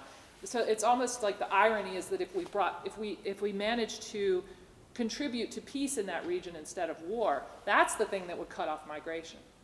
But if that migration were cut off, then there's the optimism, and we saw this happen in the past with the Lebanese community. The Lebanese, the sort of the modern Lebanese nation state, was largely a product of the Lebanese diaspora. The sort of the new ideas that they had about family life, about the economy, about religion, they brought back to Lebanon with them from the Mahjar, from the diaspora, and they went back and created this modern nation state, you know, with middle-class homes and women, you know, all these ideas about domesticity that they had learned in the West and brought back to. So it's sort of like the irony is if there were peace in that region, it would give the Muslims here an opportunity to go home and create new possibilities there. Would that be an erasure of there? Would it be like a new kind of colonization of there? Also, would it starve the community here of new, fresh ideas from back home, new energy? You know, there's, you know, you can't predict the future, and you might think that one outcome will have will go in one direction, but it's infinite. The future is infinite. And I think that if you look at the past, that's what we learned from the past, is that the future is really infinite, and definitely for the Muslim community. So, Of course. I mean, I know that like Muslims come into like New York or Dearborn, everybody knows that Dearborn, you know, it's known for its Muslim community. But like 9 years ago, I went to Tucson. There was a huge Muslim community that nobody ever talks about. And it was great. And they were just out and about in their neighborhood, hanging out. And I was on base visiting my cousin because he was getting married that weekend. But like, I wouldn't have known that had I never gone there.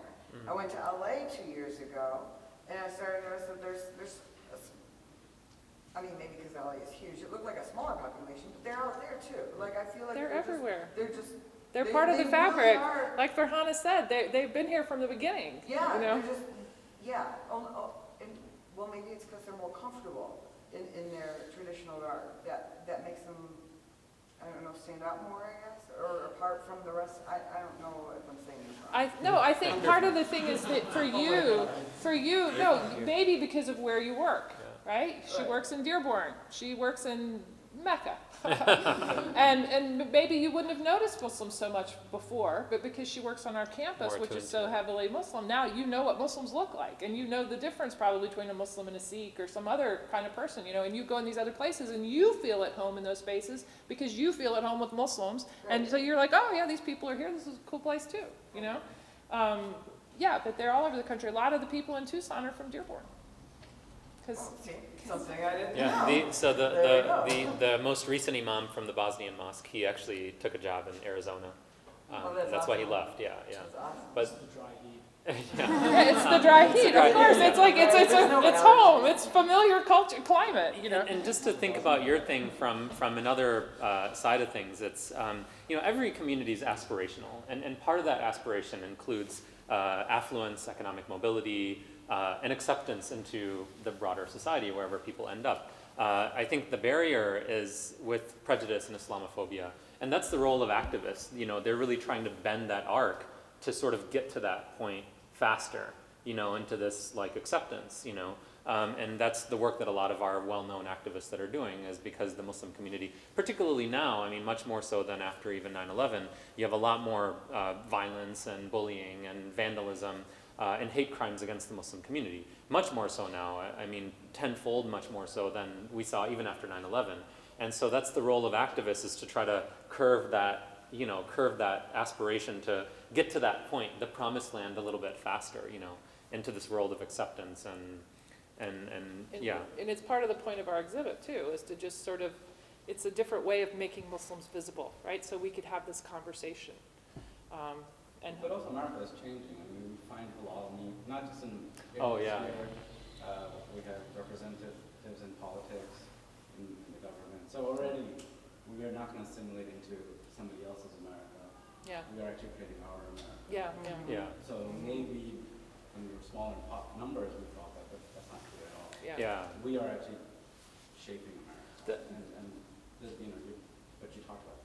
Yeah, Yeah, absolutely. that's an Absolutely. awesome point, and it's you know, I think a lot of that is happening vis-a-vis popular culture through the marketplace, which, you know, sometimes we call the halal marketplace. You know, and you have businesses like Target or Home Depot or Kroger or Meijer, the Gap. You know, these are all places where we've seen targeted marketing towards Muslims, not just in this region where you have a high concentration of Muslims in the area, but you know, through signage and through marketing and through advertising, you're seeing this type of accommodation. Now, a lot of these businesses, they don't particularly care about Muslims, they care about making money, you know, but of course they're also doing it as a social good, and with this idea of, you know, we are a pluralistic society and this ideal of multiculturalism, and that's just where we're headed. And so they're trying to, in their messaging and their marketing, they're trying to reflect a more accurate America.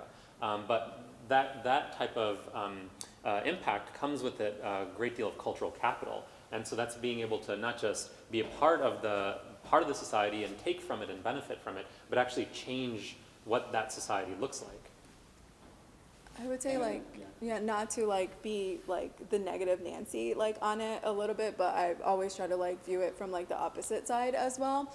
But when we were talking about earlier, like, you know, it isn't like one big like Muslim community. Like there is like the cultural and like the ethnic differences that are there. And I think sometimes like those things like make, you know, acceptance for like a whole, like to feel like a whole as a hard, because and you know, like Sally had mentioned, like, you know, when in the 90s, like the mayor of Hamtramck wanted like Bosnians to come because it was gonna, you know, they were white Muslims still, you know, they were European Muslims, you know, so that acceptance level is different from being, you know, an Arab Muslim or, you know, Bengali Muslim or a black Muslim. And, you know, there are, you know, like in the census wise, like Arabs are considered white. You know, so like there are definitely, you know, certain Arabs who have more Eurocentric features, like that level of acceptance, like how you like, and we talk about, you know, in the academic world, we've like talked about like, you know, how like immigration has dried up from certain, you know, countries that are doing better now, so people don't feel the need to immigrate here from like Italy and other European countries. But it's like there was that idea of being able to graduate to white. So it's like, how do you, the rest of us, graduate to white? Because it isn't always about religion, right? Like, because there's all different types of like Italian religions now, but nobody is looked at religion anymore. They're all considered white. So there will be a group of, you know, Arab Muslims, because they have more Eurocentric features, that will reach that level faster because they look white. I mean, there will definitely be people like me who are fair-skinned for, you know, like whatever DNA parts that are definitely more accepted than, you know, like my other Muslim sisters who are darker, who cover. You know, it's not gonna happen all together. It's definitely gonna happen in those different stages. So like race and skin color is definitely gonna play a factor into that as well. But we have to also, I mean, I totally recognize what you're saying, and I agree with you, but I think one of the things that we have to do is to fight against this idea that whiteness is the thing to be. And I think that the Muslim community, because there's so many talents, and you know, so if you look at the Muslim community in terms of statistics, they're so much better educated than the population as a whole. In general, their income levels are much higher than the population as a whole, although there's a big part of the Muslim community that it's also lower income and low, and they're sort of bifurcated. But it's such a talented, dynamic community that, and also the demographics of the country have changed radically since the 1960s. I mean, I cannot overemphasize that enough.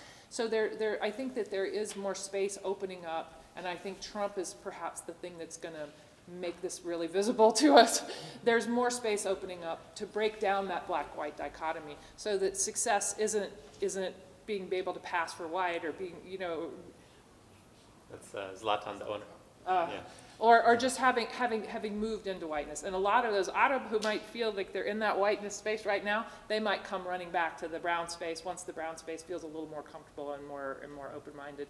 And even some of the things you talked about when you're talking about the, you know, so I always talk about this when you look at Dearborn. In Dearborn, so Detroit was shaped, of course, by white flight. Right? I don't need to explain to anybody what white flight is and who lives in this city. And maybe some of the Bengalis are participating in white flight by moving up to the suburbs. But something that you see in Dearborn is you see like brown flight. So what is it? The Lebanese are fleeing the Yemenis. Yeah. You know, they're fleeing the Iraqis. You know, and it's like these identities. they're so multiple and they're so complex. And I think the fact that that our demographics have shifted so radically over my lifetime. I was born in 1963, so I've sort of lived this diversity. I grew up in southern Louisiana, where, believe me, black and white made a difference. My dog barked at black people. My dog didn't bark at white people. To being here, right? I live in Ann Arbor. I teach on the Dearborn campus, right? I think that like I said, the future is infinite. And we don't want to go back and look, we don't want to reproduce the black-white narrative of the past. We want to look beyond that and create something different in the future. Yeah, I definitely agree. Like, I think, you know, yes, we need to shift the, outside view of, how people, view Muslims, but I think internally, we definitely need to work on the racial issues because, those discrepancies are there. We're creating those divides within ourselves, and it's not helping when, one ethnic group is, fleeing another ethnic group, even if you have the shared religious faiths. So that's, an internal, issue that we do need to work on. So when it comes to the racial issues, I'm gonna get a little vulnerable here, right? Okay. So growing up, when I grew up in Westland, when I was 10 years old, we had a Middle Eastern family come in. And I didn't realize there was a difference between Arabs or Jews or because they're all Middle Eastern. Sure, right? yeah. And actually, the mom was hilarious when I asked her if she was Jewish. She died laughing. But anyway, I eventually, as I got older and I graduated high school in '98, there was more of a presence of the Muslim community in the area, right? And I met a Lebanese girl, and we were best friends, waitressing, for an entire year and a half. But they were Muslim and they were strict, right? So she had to go get married. So she got married and I came back to visit 2 years later to see how she was doing. And she was really angry with me, right? And it broke my heart because we were such good friends. And so I met at Dearborn, U of M, a Lebanese, and we were having so much fun. And I was like, if you get married, are you never going to speak to me? Because it was my ignorance, right? I didn't know. And she was like, no, I'm Christian Lebanese. I'm like, oh, okay. Okay, so we can still be friends forever? And she's like, yes. And we're still friends 6 years later to this day, right? So I think, I don't know that it's, I think. So the lesson is, only make friends with one kind. No, because okay, so don't get married. So in my third year, I also became friends with an Iranian woman, but she was from a royal family, and I was, again, told we weren't allowed to be friends outside of school. And it was heartbreaking for me, right? But you know what I mean? Because we're women, right? So we get truly invested in one another. And I think the misunderstanding comes from that idea. Am I wrong here? But I feel like the misunderstanding between cultures happens because of this one situation, which has happened twice to me now. Pretty much all Iranians think they're royal. Yeah. But to be fair, most of the royal families did escape, but they had the means to do so. So that's there too. So I mean, I would say I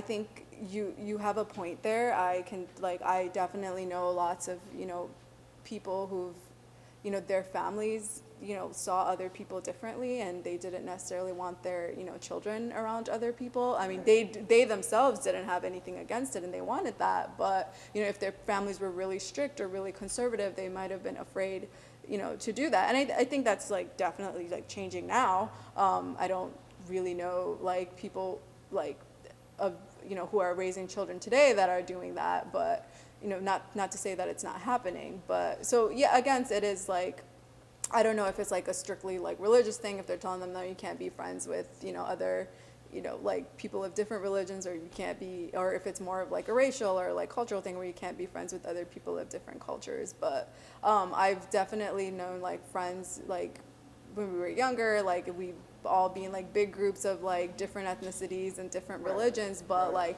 their parents felt uncomfortable with there's a Christian girl sitting on my couch. Like that's like you have to address it. Like I will sit here all day every day and talk about like positive things, but I'm not going to shy away from talking about the internal negative things as well. Like so. Which is why I brought that up. Yeah, right. I And know I'm it's just like, hard to talk about. right. It's like it happens, and I don't deny that it doesn't happen. So we do need to talk. Like we can talk about acceptance as much as we want, but we have to be accepting as well. And it is like a generational issue. I don't think like my generation or like the first generation people growing up here have that, but it's a teaching process in a way, like, and a lot of the times and most of the time that issue happens with with the Black community, where like there will definitely be Bengali families and people who I've heard be like, no, Black people this and Black, and I've had like very like arguments with them. I'm like, you understand that the media portrays Muslim people in a bad light, and that's not true, but you don't understand that same media portrays Black people that way. Like I'm like, we have to take a step back, and we have to, we have to see things in the same way. So, and it is about, and also it's about decolonizing that way of thought. It's like where you're taught to believe that white things are beautiful, or that this is like, this religion is the only right way, and you can't learn about anything else. So and it's like, how do you like unteach that, or reteach something to someone, or like decolonization, like that's like that it's a concept, but it's like not really a fleshed out like thing to do. So that it's there, and I think like that and it has to happen simultaneously. You have to do the internal work and the external work at the same time, which is a very hard thing to do, to portray yourself very positively, but at the same time, internally within your own group, be like, yo, we have issues, and we need to recognize them, and we need to work for solutions. And just really quickly, I think to the anecdotal part of your question, also anecdotally, just the rates of intermarriage between Muslims and non-Muslims, and between Muslims of different ethnicities and backgrounds is just skyrocketing.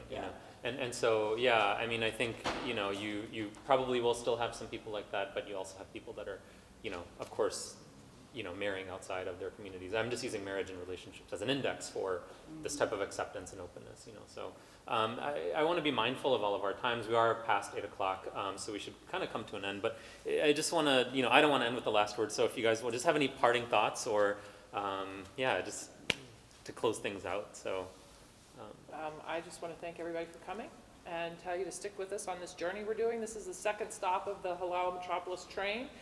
Next, we're going to be in Howell, which is going to be a new, interesting, challenging space for us to be in, because there are not going to be a lot of Muslims around us. So come to Howell and help us have these conversations there, where we don't know what the kinds of conversations we're going to be having there, but we hope that they're as productive and fruitful as the ones we've had here Are you have been. going to be talking about Howell when you go there, or about Hamtramck in Howell? Well, so we're going to be talking about the metro area as a whole there, because the Muslim presence in Howell, we haven't been able to identify it yet.